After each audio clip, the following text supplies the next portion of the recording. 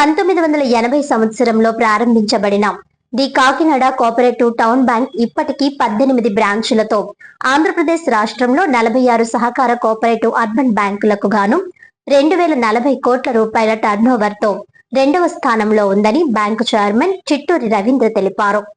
ఈ సందర్భంగా ఆయన మాట్లాడుతూ ఆంధ్రప్రదేశ్ రాష్ట్రంలో 46 సహకార కోఆపరేటివ్ అర్బన్ బ్యాంకులు ఉండగా the Kakinada cooperative town bank 2040 కోట్ల రూపాయల టర్నోవర్ తో రెండవ స్థానంలో ఉందని, వీటిలో 100 సంవత్సరాలు పూర్తి చేసుకున్న బ్యాంకులు ఉండగా 47 సంవత్సరాలకే the Kakinada cooperative town bank ఆ స్థానం చాలా సంతోషమని, అలాగే రికార్డు స్థాయిలో బ్యాంక్ టర్నోవర్ 2000 కోట్లు కాగా ఇది అధిగమించి 2040 కోట్లకు చేరిందని అన్నారు. అంతేగాక రిజర్వ్ బ్యాంక్ వారి దృష్టిలో టైర్ 3 బ్యాంకుగా సుస్థిర స్థానం పొందడం, బ్యాంక్ డిపాజిట్లు 1235.56 కోట్ల రూపాయలు, లోన్లు 804.12 కోట్ల రూపాయలు, ఇన్వెస్ట్మెంట్లు 552.14 కోట్ల రూపాయలు ఉన్నాయని వివరించారు.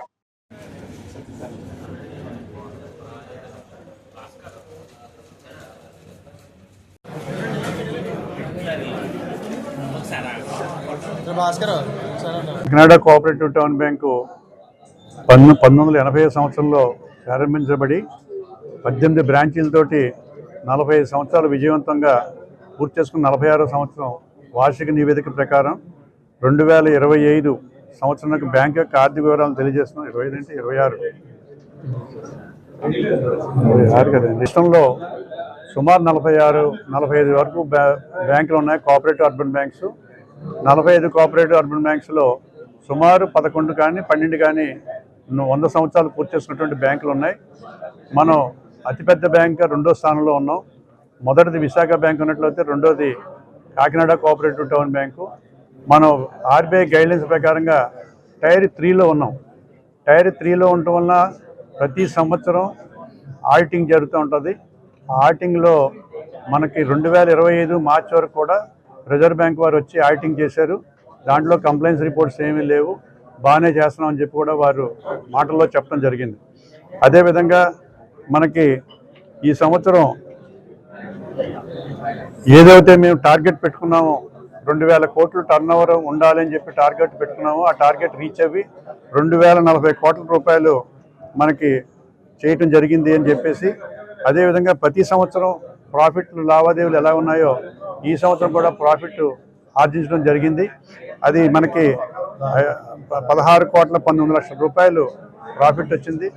అదేవిధంగా మనకి లాకర్స్ ప్లాజా అని చెప్పేసి ఒకటి మనం పెట్టుకోవడం జరిగింది. వినపడతా లాకర్స్ ప్లాజా అని చెప్పేసి ఒకటి పెట్టుకోవడం జరిగింది. ఆ లాకర్స్ ప్లాజాలో ఎవరు వచ్చినా మనం లాకర్ తీసుకోవచ్చు. సుమారు ఇప్పుడు 800 లాకర్స్ అవైలబిలిటీ ఉంది.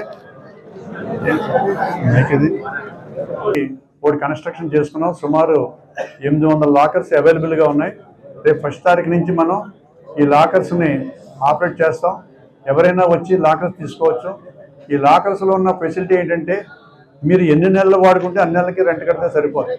అంటే ముందు కట్టడం మన 12 నెలలకి కట్టించుకుంటారు, కానీ మీరు 6 నెలలు పోయిన తర్వాత 5 నెలలు పోయిన తర్వాత మీరు వదిలేసినట్లు అయితే ఆ లాకర్స్కి మిగిలిన బ్యాలెన్స్ అమౌంట్ రీపే చేస్తారు. అదేవిధంగా ఎవరైతే లోన్ తీసుకుంటున్నారో ఆ లోన్ తీసుకునే వ్యక్తికి సకాలంలో ప్రతి నెల ఇన్స్టాల్మెంట్ పర్ఫెక్ట్గా కానీ కట్టినట్టు అయితే ఇంట్రెస్ట్లో 2% రిబేట్ ఉన్నది. దాన్ని కూడా ఈ రోజున పాలకవర్గ వారు నిర్ణయించడం జరిగింది.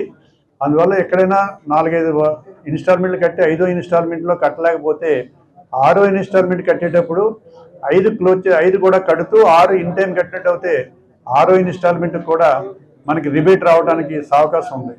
అదేవిధంగా ప్రీ క్లోజర్ ఛార్జెస్ కూడా లేవు. ఈ ఎవరైతే లోన్ తీసుకుని ఆ లోన్ అమౌంట్ని 1 సంవత్సరం తర్వాత మేము కట్టేస్తాం, పోరా మా కాగితాలు మాకు ఇచ్చేయండి అంటే అది కూడా మనం ప్రీ క్లోజర్ ఛార్జెస్ ఏమీ లేకుండా ఆ రోజుకైనటువంటి ఇంట్రెస్ట్ తీసుకుని ఆ ప్రీ క్లోజర్స్ కూడా తీసుకోవడం జరుగుతుంది. అదేవిధంగా బుల్లెట్ పేమెంట్ గోల్డ్ విషయంలో ఇదివరకు ఎలా ఉండేదంటే 2 లక్షల రూపాయలకి బుల్లెట్ పేమెంట్ అనేవాడు. ఇంట్రెస్ట్ ప్లస్ అసలు 2 కలిపి సంవత్సరం వరనే కట్టాలి. అటువంటి దాన్ని మేము ఫెడరేషన్ నుంచి అడిగితే 4 లక్షల రూపాయలు చేశారు బుల్లెట్ పేమెంట్. 4 లక్షల రూపాయలు తీసుకున్న వాళ్ళు ఎవరంటే వాళ్ళు సంవత్సరం ఆకన్నా ఇంట్రెస్ట్ ప్లస్ అసలు కడితే సరిపోతుంది. అలా కాకుండా మరలా వారే ఏం చెప్పారంటే రిజర్వ్ బ్యాంక్ వారు మీ యొక్క బ్యాంక్ కెపాసిటీ బట్టి మీరు పాలసీ తయారు చేసుకోమని చెప్పారు. దాన్ని మనం ఏం చేసామంటే 25 లక్షల రూపాయల వరకు కూడా బుల్లెట్ పేమెంట్గా ఇవ్వడానికి మనం తీసుకుంటే మరలా రీసెంట్గా ఏమన్నారంటే 2 లక్షల రూపాయలు 2.5 లక్షల రూపాయలు తీసుకున్న వాళ్ళకి మన బుల్లెట్ పేమెంట్లో ఏ పర్టికులర్స్ అడగక్కర్లేదు. అబౌవ్ దట్ 15 lakhs వరకు కానీ ఎవరైనా తీసుకుంటే బుల్లెట్ పేమెంట్లో పర్పస్ ఆఫ్ లోన్ ఎందుకు అన్నది అడిగి రాయాలని చెప్పారు.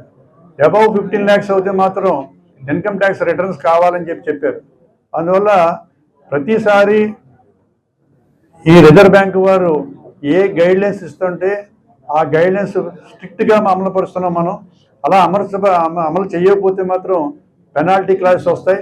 అందువల్ల దానికి ఏ విధమైన ఆటంకం లేకుండా మనం తీసుకెళ్తున్నామని చెప్పేసి ఎన్పిఏ విషయంలో కూడా మనకి లాస్ట్ ఇయర్ కన్నా ఈ సంవత్సరం ఎన్పిఏ కొంచెం తగ్గడం జరిగింది. అంటే ఎన్పిఏ తగ్గాలి కూడా ఇప్పుడు కూడా 3.69 నుంచి 3.40 వచ్చాం ఎన్పిఏ విషయంలో. అదేవిధంగా నెట్ ఎన్పిఏ 0 కింద వచ్చింది. మనకి రిజర్వ్ బ్యాంక్ వారు నెట్ ఎన్పిఏ 7% వరకు ఉండొచ్చు. దాన్ని మనం బిలో 7% ఉన్నాం కాబట్టి గ్రాస్ ఎన్పిఏ నెట్ ఎన్పిఏ 3 ఉండాలి.